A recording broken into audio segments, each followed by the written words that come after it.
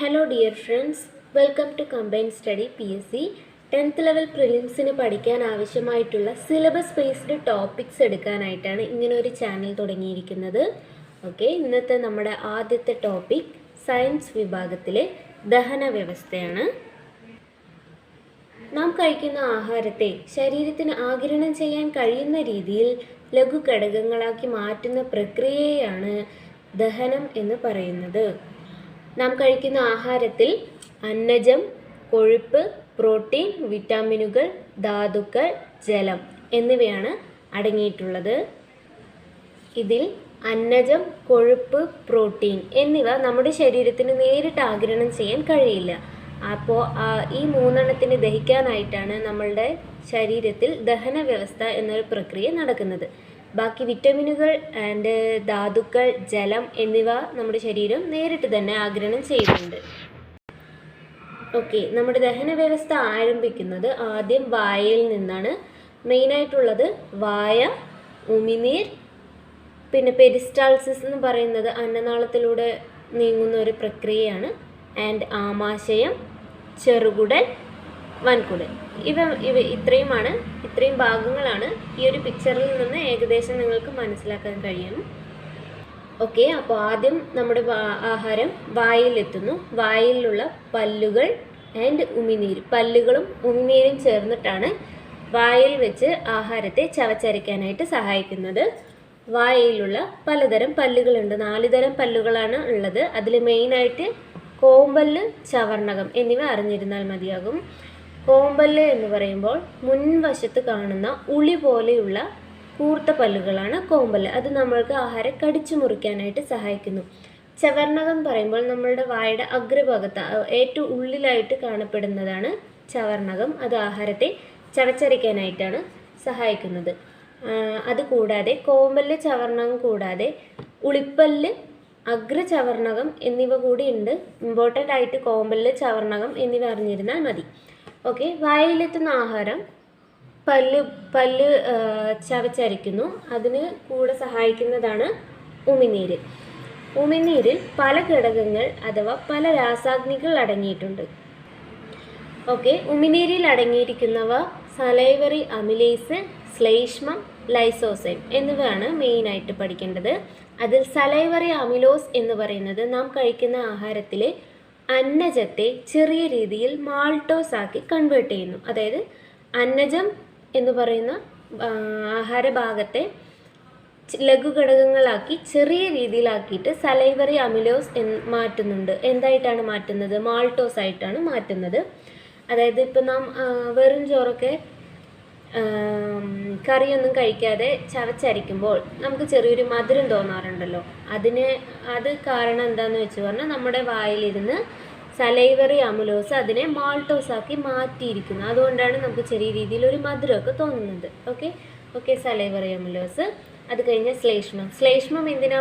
ഉമിനീരിലുള്ള ശ്ലേഷ്മം നമ്മുടെ ഭക്ഷണം ചവച്ചരിക്കുമ്പോൾ അതിന് കുഴമ്പ് രൂപത്തിലാക്കാനായിട്ടാണ് സഹായിക്കുന്നത് ശ്ലേഷ്മം. ഓക്കെ, ആൻഡ് ലൈസോസൈം എന്ന് പറയുമ്പോൾ നമ്മുടെ വായിലൂടെയോ കൈകളിലൂടെയൊക്കെ ചെറിയ രീതിയിലുള്ള അണുക്കൾ നമ്മുടെ വായിൽ കയറാറുണ്ട്. അതിനെ നശിപ്പിക്കാനായിട്ടാണ് ലൈസോസൈം ഉമിനീരിൽ ഉള്ളത്.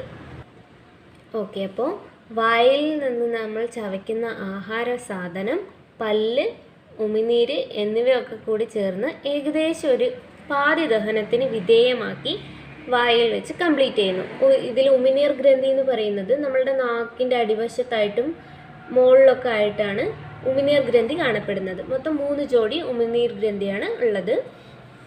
ഓക്കെ, അപ്പോൾ വായിൽ വെച്ച് ചവച്ചരയ്ക്കപ്പെടുന്ന ആഹാരം ഏതാണ്ട് പാതി ദഹിച്ച ആഹാരം അന്നനാളത്തിലൂടെ താഴോട്ട് ഇറങ്ങുന്നു. അന്നനാളത്തിൻ്റെ തുടക്കത്തിന് പറയുന്ന പേരാണ് ഗ്രസനി. ഇതൊരു PSC ക്വസ്റ്റ്യനായി ചോദിക്കാൻ ചാൻസ് ഉണ്ട്. പ്രീവിയസ് ഇയർ ക്വസ്റ്റ്യൻ ആണ്. അന്നനാളത്തിൻ്റെ തുടക്കം അറിയപ്പെടുന്ന പേര് ഗ്രസനി. ഓക്കെ, അപ്പോൾ അന്നനാളത്തിലൂടെ ആഹാരം താഴോട്ട് ഇറങ്ങുന്ന പ്രക്രിയയാണ് പെരിസ്റ്റാൾസിസ് എന്ന് പറയുന്നത്. അതായത് ഇരവിഴുങ്ങുന്ന ഒരു രീതി ഉണ്ടല്ലോ, അതിനെയാണ് പെരിസ്റ്റാൾസിസ് എന്ന് പറയുന്ന രീതി. അതൊരു ക്വസ്റ്റ്യനായിട്ട് വരും. ആഹാരം അന്നനാളത്തിലൂടെ താഴോട്ട് ഇറങ്ങുന്ന പ്രക്രിയയെ പറയുന്ന പേരാണ് പെരിസ്റ്റാൾസിസ്. ഓക്കെ, പെരിസ്റ്റാൾസിസ് വഴി ആമാശയത്തിലോട്ടാണ് ആഹാരം എത്തുന്നത്.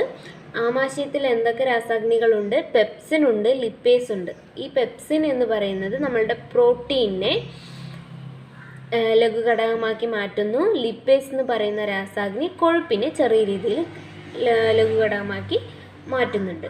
ഓക്കെ, ഇതൊക്കെ ആമാശയത്തിലുള്ള രാസാഗ്നികളാണ്, പെപ്സിനും ലിപ്പേസും. ഇവ രണ്ടും പ്രോട്ടീനെയും ഫാറ്റിനെയും ചെറിയ രീതിയിൽ ലഘുഘടകങ്ങളാക്കി മാറ്റുന്നു. അപ്പോൾ ഓൾറെഡി നമ്മുടെ അന്നജം വായിൽ വെച്ച് ചെറിയ രീതിയിൽ ദഹിച്ചിട്ടുണ്ട്. ഇപ്പോൾ കൊഴുപ്പും പ്രോട്ടീനും ആമാശയത്തിൽ വെച്ച് ചെറിയ രീതിയിൽ ദഹിക്കപ്പെട്ടു കഴിഞ്ഞു. ഓക്കെ, അതുകൂടാതെ ആമാശയത്തിലുള്ളതാണ് ഹൈഡ്രോക്ലോറിക് ആസിഡ്. ഹൈഡ്രോക്ലോറിക് ആസിഡ് എന്തിനാണ്? നമ്മളുടെ വായ വഴി ആഹാരത്തിലൂടെ വല്ല ബാക്ടീരിയാസും ആമാശയത്തിലെത്തിയാൽ അവയെ നശിപ്പിക്കാനായിട്ടാണ് ഹൈഡ്രോക്ലോറിക് ആസിഡ് ഉള്ളത്.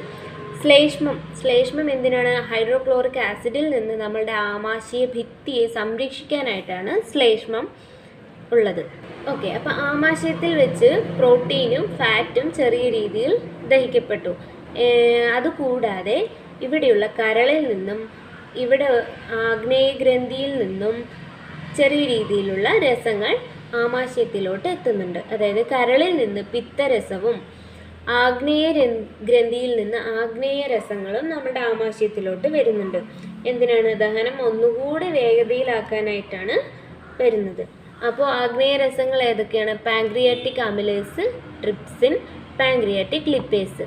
ഓക്കെ, അപ്പോൾ നമ്മളുടെ അന്നജവും പ്രോട്ടീനും കൊഴുപ്പുമാണല്ലോ നമുക്ക് ദഹനത്തിന് ആവശ്യമായിട്ടുള്ള സാധനങ്ങൾ. അപ്പം അന്നജം ഓൾറെഡി വായിൽ വെച്ച് പകുതി ദഹിച്ചു കഴിഞ്ഞു, പകുതി മാൾട്ടോസായി മാറിക്കഴിഞ്ഞു.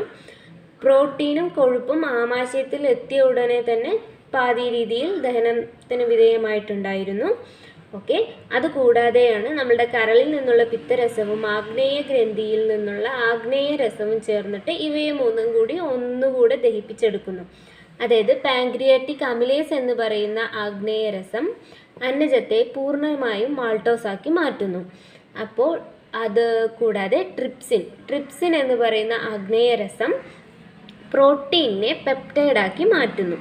പാങ്ക്രിയാറ്റിക് ലിപ്പേസ് എന്ത് ചെയ്യുന്നു? കൊഴുപ്പിനെ ഫാറ്റി ആസിഡ് പ്ലസ് ഗ്ലിസറോൾ ആക്കി മാറ്റുന്നു. പ്ലസ് എന്ന് പറയുമ്പോൾ കൊഴുപ്പിനെ ഫാറ്റി ആസിഡും ഗ്ലിസറോളും രണ്ട് ഘടകങ്ങളാക്കിയിട്ടാണ് ഇതിൻ്റെ കൊഴുപ്പിൻ്റെ ദഹനം നടക്കുന്നത്. ഓക്കെ, അപ്പോൾ ഏതാണ്ട് ഈ ആമാശയത്തിൽ വെച്ച് തന്നെ എന്ത് ചെയ്യുന്നു? കൊഴുപ്പ് ഫാറ്റി ആസിഡും ഗ്ലിസറോളുമായി മാറിക്കഴിഞ്ഞു. അപ്പോൾ എന്താണ്? അതിൻ്റെ കൊഴുപ്പിൻ്റെ ദഹനം എന്ന് പറയുന്നത് കംപ്ലീറ്റ് ആയിക്കഴിഞ്ഞു.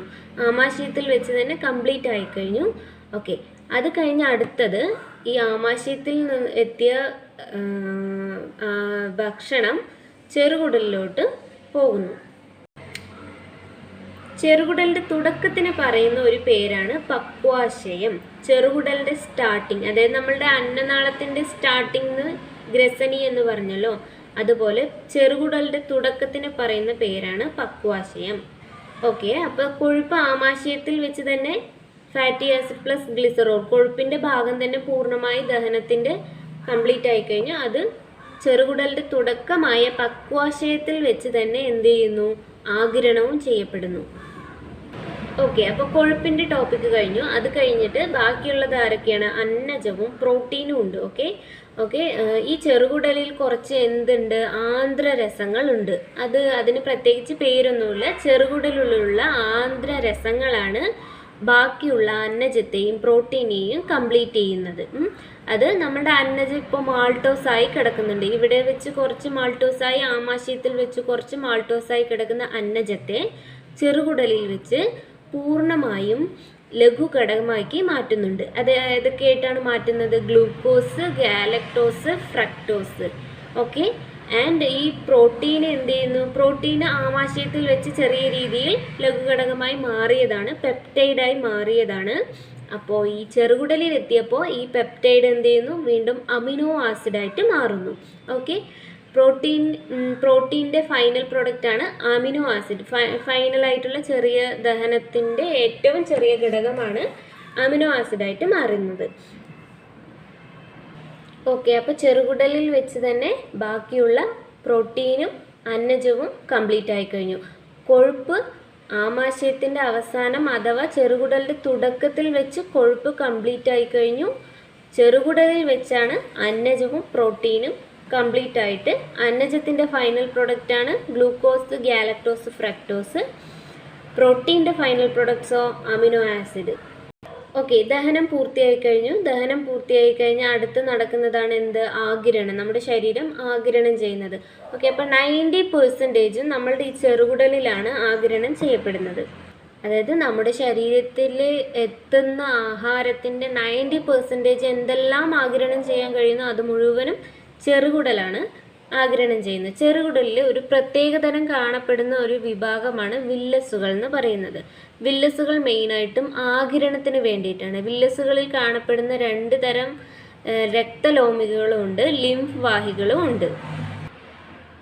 ഓക്കെ, രക്തലോമികകളും ലിംഫ് വാഹികളും ഉണ്ട്. രക്തലോമികളിലേക്ക് ആഗിരണം ചെയ്യപ്പെടുന്ന രീതിയെ പറയുന്ന പേരാണ് ഫെസിലിറ്റേറ്റഡ് ഡിഫ്യൂഷൻ. ലിംഫ് വാഹികൾ ആഗിരണം ചെയ്യപ്പെടുന്ന രീതിയെ പറയുന്നതാണ് സിമ്പിൾ ഡിഫ്യൂഷൻ. അതായത് രക്തത്തിലോട്ട് ഫെസിലിറ്റേറ്റഡ് ഡിഫ്യൂഷൻ വഴി glucose, galactose, fructose, amino acid എന്നിവയാണ് ആഗിരണം ചെയ്യപ്പെടുന്നത് രക്തത്തിലോട്ട്. ലിംഫ് വാഹികളിലോട്ട് സിമ്പിൾ ഡിഫ്യൂഷൻ വഴി നമ്മളുടെ ഫാറ്റി ആസിഡ് പ്ലസ് ഗ്ലിസറോളായി മാറിയ കൊഴുപ്പാണ് സിമ്പിൾ ഡിഫ്യൂഷൻ വഴി കയറുന്നത്. ഓക്കെ, അപ്പോൾ ഈ 2 രീതിയിലൂടെയാണ് നമ്മളുടെ ആഗിരണം കംപ്ലീറ്റ് ആവുന്നത്. 90% ചെറുകുടലിൽ വെച്ച് കംപ്ലീറ്റ് ആയാലോ ബാക്കി 10% ആണ് വൻകുടലിലോട്ട് പോകുന്നത്. വൻകുടലിൽ വെച്ച് കൂടുതലായും ജലം, ലവണങ്ങൾ എന്നിവയാണ് ബാക്കിയുള്ള എല്ലാം വലിച്ചെടുക്കുന്നത് വൻകുടലിൽ വെച്ചിട്ടാണ്. അതിൽ ജലം ആഗിരണം ചെയ്യുന്ന ഒരു പ്രത്യേക രീതിയെ പറയപ്പെടുന്ന പേരാണ് ഓസ്മോസിസ്. അതായത് ഇവിടെ glucose, galactose, fructose, amino acid എന്നിവയെ ആഗിരണം ചെയ്യപ്പെടുന്ന രീതി ഏതാണ് ചോദിച്ചാൽ ഫെസിലിറ്റേറ്റഡ് ഡിഫ്യൂഷൻ ആണ്. ഈ നമ്മളുടെ ഫാറ്റി ആസിഡ് പ്ലസ് ഗ്ലിസറോൾ അതായത് കൊഴുപ്പിൻ്റെ ലഘുഘടകങ്ങളെ ആഗിരണം ചെയ്യപ്പെടുന്ന രീതിയാണ് സിമ്പിൾ ഡിഫ്യൂഷൻ. ഓക്കെ, വൻകുടലിൽ വെച്ച് ജലം ആഗിരണം ചെയ്യപ്പെടുന്ന രീതിയാണ് എന്ത്? ഓസ്മോസിസ്. ഓക്കെ, അപ്പോൾ വൻകുടലിൽ വെച്ച് ഏകദേശം നമ്മളുടെ ദഹിച്ച ആഹാരത്തിൻ്റെ എല്ലാം വലിച്ചെടുത്ത ശേഷം എന്ത് ചെയ്യുന്നു? ബാക്കിയുള്ള അവശിഷ്ടങ്ങൾ മലാശയത്തിലോട്ട് പുറന്തള്ളപ്പെടുന്നു. മലാശയത്തിൽ നിന്ന് മലദ്വാരം എന്നിവ അങ്ങനെ പോകുന്നു. ഓക്കെ, അപ്പോൾ ഇത്രയുമാണ് ദഹന വ്യവസ്ഥയെക്കുറിച്ച് പറയാനുള്ളത്. അന്നജ, കൊഴുപ്പ്, പ്രോട്ടീൻ ഇവ 3 ദഹനം ആവശ്യമായിട്ടുള്ളത്. അന്നജത്തിൻ്റെ ഫൈനൽ പ്രൊഡക്റ്റാണ് ഗ്ലൂക്കോസ്, ഗാലക്ടോസ്, ഫ്രക്ടോസ്. കൊഴുപ്പിൻ്റെ ഫൈനൽ പ്രൊഡക്റ്റാണ് ഫാറ്റി ആസിഡ് പ്ലസ് ഗ്ലിസറോള് കൊഴുപ്പിൻ്റെ. പ്രോട്ടീൻ്റെ ഫൈനൽ പ്രൊഡക്റ്റാണ് അമിനോ ആസിഡ്. ഓക്കെ, അതായത് അന്നജം ആദ്യം മാൾട്ടോസായി മാറുന്നു, അവസാനം ഗ്ലൂക്കോസ്, ഗാലക്ടോസ്, ഫ്രക്ടോസായി മാറുന്നു. കൊഴുപ്പ് ആകെ ആമാശയത്തിൽ വെച്ച് മാത്രമേ അതിൻ്റെ ദഹനം നടക്കുന്നുള്ളൂ. അവ എന്തായി മാറുന്നു? ഫാറ്റി ആസിഡും ഗ്ലിസറോളും ആയിട്ട് മാറുന്നു. പ്രോട്ടീൻ എന്ത് ചെയ്യുന്നു? പ്രോട്ടീൻ ആദ്യം ആമാശയത്തിൽ വെച്ച് പെപ്റ്റൈഡായി മാറുന്നു, വീണ്ടും ചെറുകുടലിൽ വെച്ച് അമിനോ ആസിഡായിട്ട് ഫൈനൽ പ്രൊഡക്റ്റായിട്ട് മാറുന്നു. ഓക്കെ, ദഹന വ്യവസ്ഥയുമായി ബന്ധപ്പെട്ട് അറിഞ്ഞിരിക്കേണ്ട ചില കാര്യങ്ങൾ കൂടെ പറഞ്ഞു തരാം. ഓക്കെ, നമ്മളുടെ ശരീരത്തിന് ദഹിക്കാൻ ആവശ്യമായിട്ടുള്ള സമയം എത്രയാണ്? 4 to 5 മണിക്കൂർ. അതായത് 2 ഭക്ഷണത്തിനിടയിൽ മിനിമം എത്ര ഗ്യാപ്പ് വേണം? മിനിമം 4 മണിക്കൂറെങ്കിലും ഗ്യാപ്പ് വേണം. എങ്കിലേ നമ്മുടെ ആഹാരത്തെ പൂർണ്ണമായിട്ടും ദഹിക്കാനുള്ള സമയം നമ്മുടെ ശരീരത്തിന് ലഭിക്കുകയുള്ളൂ. And then previous year question ആണ്. ചെറുകുടലിൻ്റെ നീളം 5 to 6 മീറ്റർ വരെയാണ്. വൻകുടലിൻ്റെ നീളം ഏകദേശം 1.5 മീറ്ററാണ്.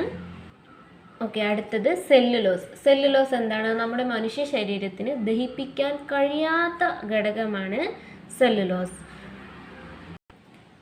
ഓക്കെ, അടുത്തത് പിത്തരസം. പിത്തരസത്തിന് ഇമ്പോർട്ടൻ്റ് ആയിട്ട് പറയാനുള്ളത് എന്താണെന്ന് വെച്ചാൽ നമ്മുടെ കരൾ ഉൽപ്പാദിപ്പിക്കുന്ന പിത്തരസമാണ് കൊഴുപ്പിനെ ലഘുഘടകങ്ങളാക്കി ദഹിപ്പിക്കുന്നത്. Okay, next anorexia. അനോറെക്സിയ എന്ന് വെച്ചാൽ ചിലരിപ്പോൾ മെലിയാനായിട്ടൊക്കെ ഭക്ഷണം കഴിക്കാതിരിക്കുന്ന ആ ഒരു രീതി ഉണ്ടല്ലോ. അതായത് ഭക്ഷണം കഴിക്കാതാകുമ്പോൾ അവർക്ക് കുറേ ആകുമ്പോൾ ഭക്ഷണത്തോടുള്ള വിരക്തി തോന്നും. അതിന് പറയുന്ന പേരാണ് അനോറെക്സിയ.